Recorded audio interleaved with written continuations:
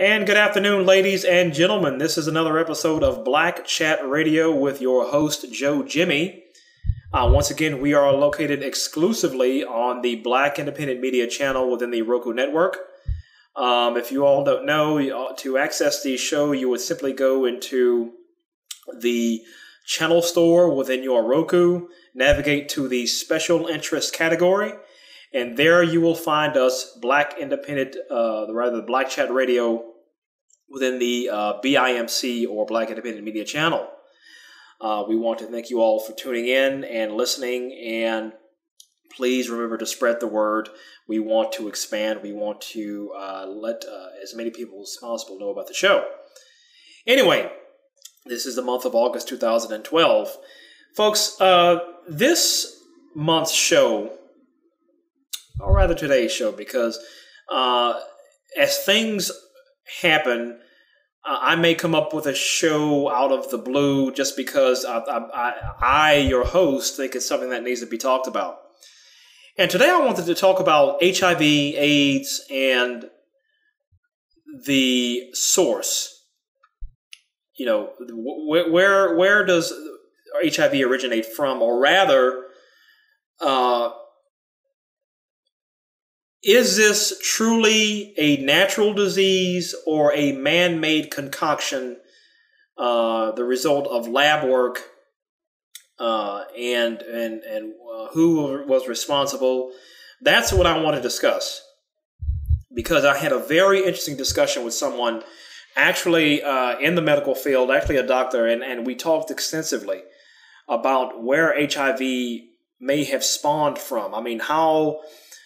The question I had about it is how can a virus or how can a disease be so intelligent as to know how to attack a foreign body's immune system, and be so specific as to know exactly the type of cells to attack? You know, usually that takes, in order for a virus to or any type of disease to have that kind of intimate knowledge of the inner workings of a foreign body, be it human or animal, it has to be artificially introduced. Usually, viruses they're harmless. There's several viruses that are harmless to the human body, and have little to no effect because they truly don't know the workings of the human body. They are just there.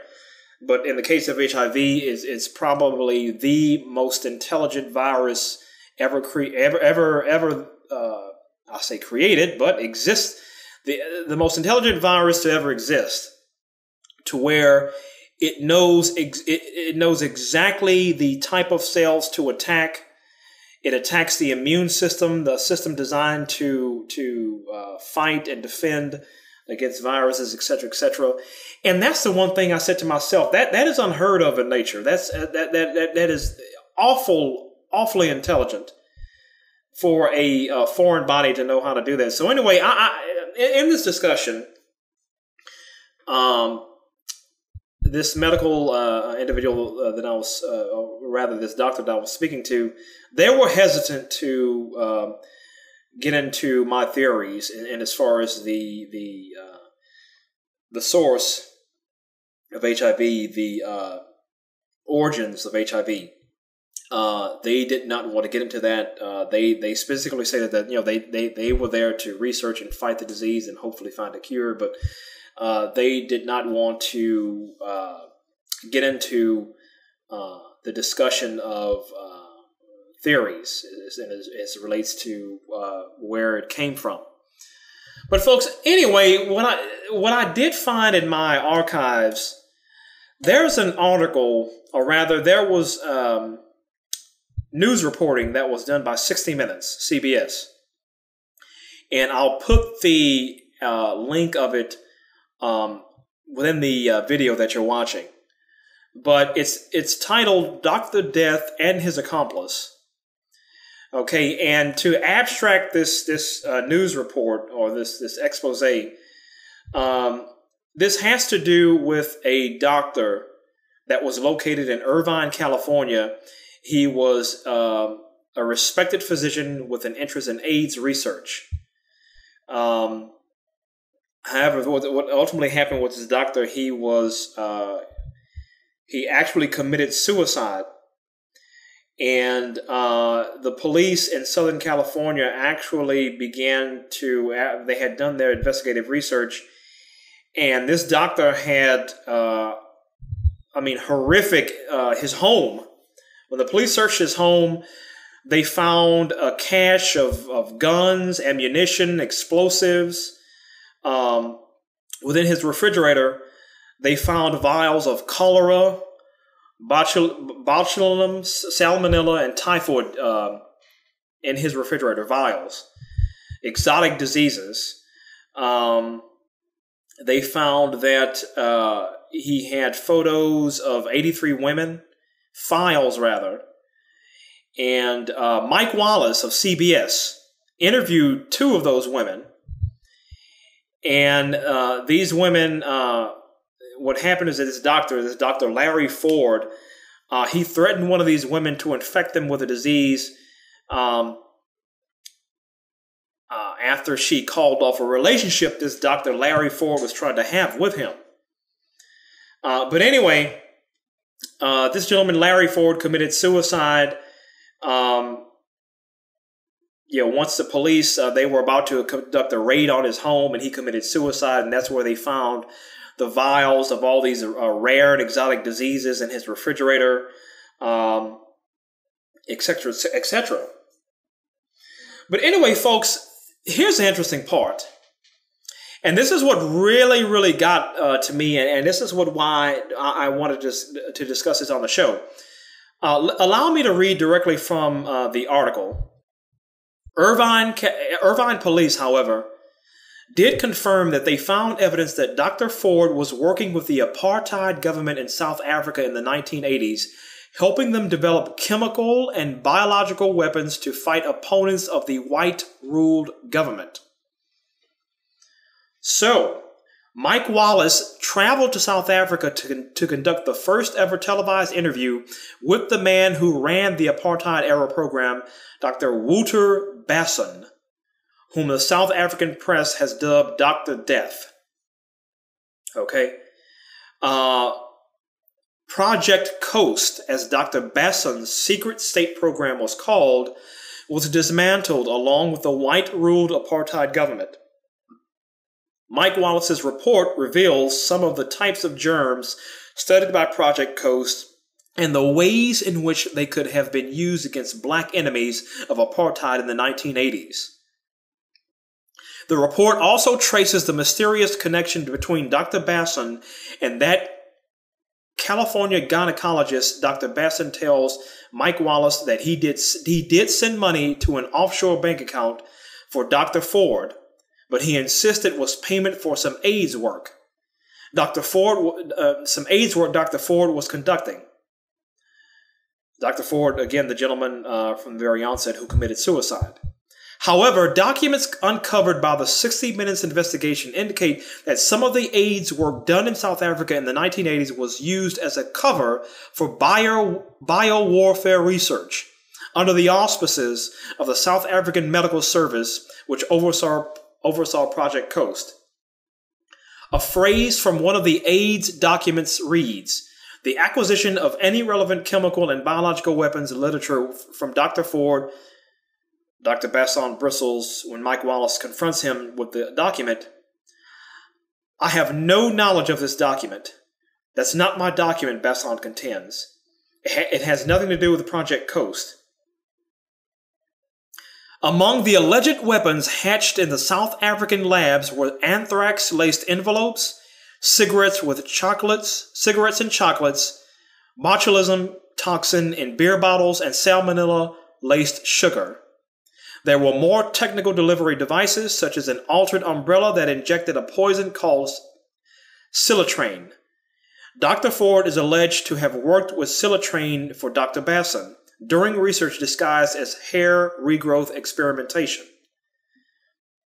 Okay, but folks, let me stop there. And let me allow you to take the time to digest what was just spoken. If you need to rewind and listen to it again, please do so. But folks, this is very, very serious. The South African government, this doctor here in California who committed suicide once the police were on his tail. This man had, exotic, had a home, his house full of exotic diseases, full of all kinds of weapons, etc., explosives. Dr. Larry Ford, a AIDS researcher, he worked with the white South African government, the apartheid regime. He worked to develop chemical and biological weapons, bioterrorism, to attack the blacks, the black opponents of white apartheid. Very serious stuff, folks. And this is Mike Wallace, the late, if I understand, the late Mike Wallace, who has since passed away. But he actually flew to South Africa to interview these people who are connected with this Dr. Larry Ford, this AIDS researcher. But what they say, Dr. Larry Ford, this man, he led a double life. AIDS researcher / bioterrorist, working with the white South African apartheid government to develop biowarfare agents to kill blacks in South Africa, opponents of the apartheid regime. They were terrified. Here's the reality of it, folks. They were terrified that the black majority in South Africa would revolt, and it would be bloody. They were very similar to Adolf Hitler and the German terrorist Nazi regime.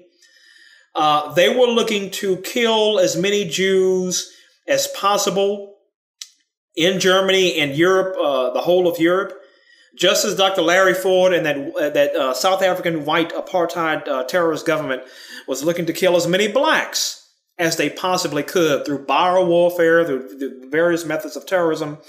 Folks, let me get your commentary on that, because I want this investigated further. I want to know exactly how far that South African government was involved, that white apartheid terrorist government was involved. I want to know who was involved, was anyone held accountable. What this article ultimately indicates is that this Dr. Basson that I'm mentioning, Dr. Basson was acquitted of dozens of murder charges. Here it is. After a 2-year-long bench trial before an apartheid-era white judge in South Africa, this past summer, Dr. Basson was acquitted of dozens of murder charges. I'm sorry, this is 2009. This is 2009. So anyway, after a 2-long-year bench trial before an apartheid-era white judge, this past summer, Dr. Basson was acquitted of dozens of murder charges. Many in South Africa and in the international community have expressed outrage that yet another alleged apartheid-era war criminal has eluded justice and is walking free. So this Dr. Basson, who worked with this Dr. Ford, is Dr. Basson in South Africa, he walked free. He walked free. But let me go ahead. Let me go ahead and continue. Yeah. We see here, and I'm reading in basically the South African. I'll just go ahead and read from the article, and I'll let you ingest it. Mike Wallace asked Dr. Basson whether he had any help from the U.S. government in his endeavors. No, Dr. Basson answered. I can't answer that question, he tells Mike Wallace, but he may be helping other governments. Once Project Coast was dismantled, Dr. Basson made 5 trips to Libya. We'd like to know more about what he was doing in Libya, says Dr. Helen Perkett, who co-authored a U.S. Air Force Academy report on Project Coast. The U.S. government was very concerned about whether he was selling secrets from Project Coast. Dr. Basson told the South African government that the CIA threatened to kill him if he continued his trips to Libya, and the South African government arranged for round-the-clock security for Dr. Basson as a result of that and other threats. So, folks, listen to this. This Dr. Basson Mike Wallace asked him, did the U.S. government help you in your terrorism, in your bioterrorism to kill blacks and opponents of white apartheid in South Africa? And he answered, no, I can't answer that question. He told this to Mike Wallace, CBS News. Mike Wallace, 60 Minutes. That was his answer. No, I can't answer that question. Why couldn't he not answer that question, folks? I want to know this. Did the CIA or the U.S. government in any way, and folks, this is not some wild conspiracy theorist. This is 60 Minutes News. This is Mike Wallace flew to South Africa and asked this gentleman himself, did the U.S. government help you in your endeavors? He answered, no, I can't answer that question. Okay? This was televised. So, folks, I want to know this. I want this investigated. If we have any listeners in South Africa, what have you, please, let's dig this up. Let's find this out. What was going on? Did the U.S. government in tandem work with this gentleman with his bioterrorism research? Here's my thing. We know the Tuskegee experiment back in the 1940s where they injected blacks with syphilis. The U.S. Army, by the way, this is the U.S. Army, U.S. government. They injected blacks with syphilis to quote unquote see the progression of syphilis. Now, folks, on face value alone, I don't buy this at all.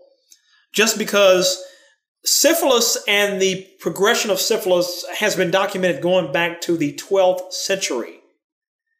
Okay, those of you who know history or who've researched European history, you can see documents of prostitutes or whores, as they would call them in those days, having syphilis. You can read of people dying of syphilis. Back in the 1100s and 1200s. I mean, that's the earliest documentation as far as I know. But you can read in their own words in what's now the United Kingdom and some other European countries of people contracting syphilis. Some of the kings and queens of nobility in some of these countries died of syphilis or some of these diseases. So the documented progression has been there for some, 800-900 years. So I don't buy that. 700-800 years, it's already been there. So for the U.S. government to claim that they were doing research to find out to chart the progression of syphilis is baloney. What I truly believe is the South African government. I believe the Germans were also the Nazi terrorist regime. The Nazi regime was also involved just because this is the 1940s, 1930s when this Tuskegee experiment that we all know of was conducted. And Germany, because the Nazi regime was in power at that time, they were looking, the Nazi regime, as we all know, were looking furiously looking into biological agents to use against Jews and other absconders to the Nazi regime. They were looking for, the most efficient ways to kill as many Jews as possible. They were researching feverishly to find chemical and biological agents to kill Jews. They were gassing Jews. We all know that.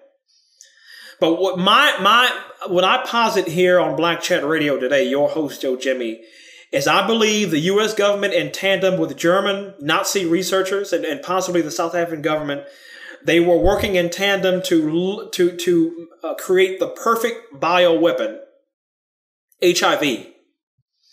HIV, when I say it's a perfect bioweapon, just because it has a long incubation period. Somebody can be HIV positive, not know it, and they can infect countless people, which happened throughout Africa. And what I do believe is that they found young, sexually active black Africans in some of these villages or what have you, infected them, where they went about the business of infecting multiple sex partners through intercourse. And unbeknownst to them, the virus was allowed to, spread like wildfire. And we remember, if those of us who are young enough, or rather old enough, remember that HIV exploded in the early 1980s. Well, I do believe this agent it began in the 1960s, and it was first introduced into Africa.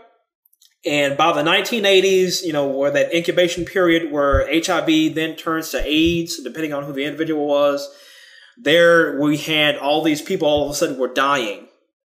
So I do believe back as early as the 1940s or 50s that HIV research began. The HIV virus was created and allowed to, the research had began with Tuskegee and finally culminated after probably, 20 years of research in the 1960s, and they sent the final product to Black Africa, Sub-Saharan Africa. Folks, I have an itch that is telling me that. My instinct is telling me this, and I really want this researched. But I also want to know this Dr. Basson.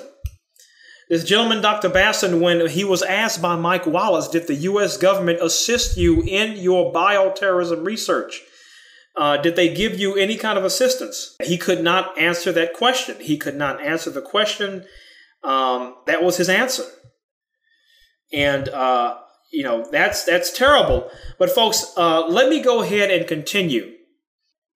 Nevertheless, according to U.S. intelligence sources who spoke with 60 Minutes and shared classified reports with Mike Wallace, there is a concern that Dr. Basson and some former colleagues have attempted to make contact with Iran and Iraq. Dr. Basson was eventually acquitted of all charges by a white apartheid-era judge. And if I'm not mistaken, this gentleman is still walking free in South Africa, so he is still there. So thank you, Mike Wallace, for your investigative research. I cannot believe that this has not been expounded on by anyone in the media, because I think this is something that we need to know. I think it's something that is criminal, that has not been researched further, particularly when this Dr. Basson was asked whether he had any help from the U.S. government in his endeavors. No, I can't answer that question, he told Mike Wallace. But he may be helping other governments. This is 60 Minutes News, folks. Anyway, I am your host, Joe Jimmy, here on Black Chat Radio. We are discussing HIV, South Africa, apartheid, and we are talking about a Dr. Larry Ford here in America who led a double life, who committed suicide when the police were fast on his trail for his criminal acts and threats. The police in Irvine, California, found a cache of guns, ammunition, explosives, and they found cholera, botulism, salmonella, and typhoid in vials in his refrigerator. This is a 60 Minutes report. I will put the link on the video. Your host, Joe Jimmy. But folks, I want to know this. He did this, excuse me, this Dr. Walter Basson, Dr. Basson in South Africa. Was he working in tandem with the U.S. government? Why could he not answer Mike Wallace's simple question? Very simple. Did the U.S. government give you assistance in your terrorism endeavor, your biowarfare endeavors? And he says, no, I can't answer the question. Now, I've repeated it over and over, but it's a key question, folks. We need to know this because we already know the U.S. government most certainly was the head of the Tuskegee experiments injecting blacks with syphilis here in the United States. We know that.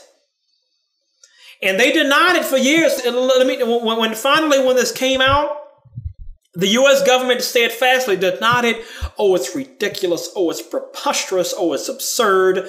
And only when the collaboration of several individuals in the news community, the media, they kept researching and digging and digging and digging, and those of conscience, of morality, finally they had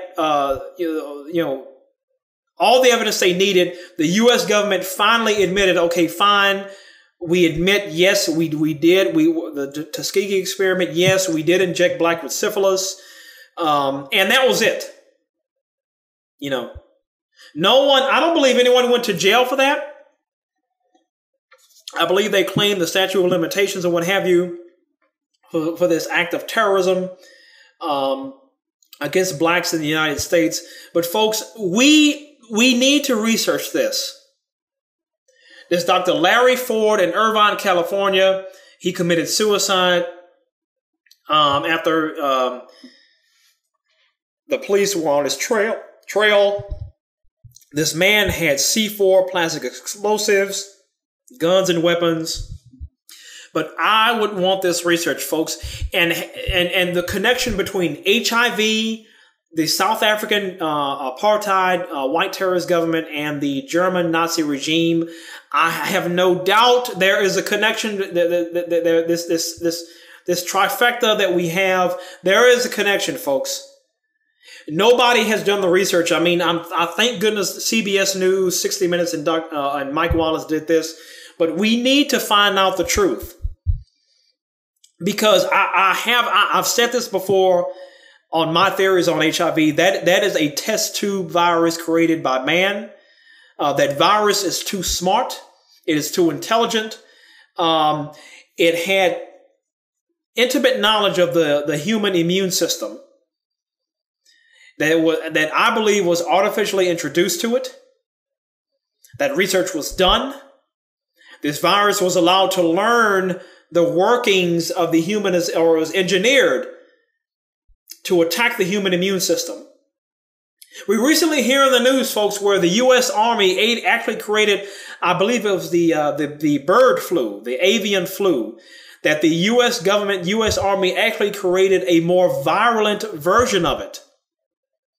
I believe that the version that they created actually is airborne. But the details of it, they said that they did not want to, they refused to publish in the American Scientific Journal.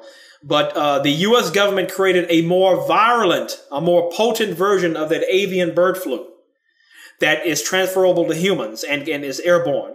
The government created that here in the United States. This is 2000 and either it was this year, 2012 or 2011 when that was completed. But folks, this is some serious stuff. This is bio warfare. This is bioterrorism that these governments are creating, the U.S. government. We see the origins of, this heinous terrorism, death, and creating disease and creating death. We see the United States government is the #1 exporter of weapons and munitions throughout the world. They are exporting death, exporting destruction, exporting exotic diseases, and I believe exported HIV/AIDS in tandem with white South Africa and the German regime. Do you not, folks? We all know that we heard about the Nazi war criminal trials. The U.S. actually gave asylum to several white Germans, Nazis in that terrorist regime. They gave asylum to them. They brought them here and allowed them to work in American companies. The U.S. Army, they allowed them to develop the atomic bomb. They brought those scientists over. They did not want to lose their knowledge of terrorism and weaponry. Yes. And some of them lived they lived and died very comfortable lives here in the United States, never faced any justice at all. Any such justice. They were not held accountable at all.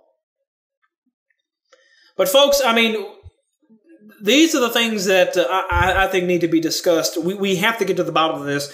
We have to get to the bottom of this. Dr. Larry Ford, this is Dr. Wouter Bassoon in South Africa, in regards to, his work with the white apartheid government.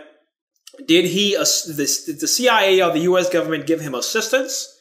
Did they give him research assistance? What was the extent of that assistance?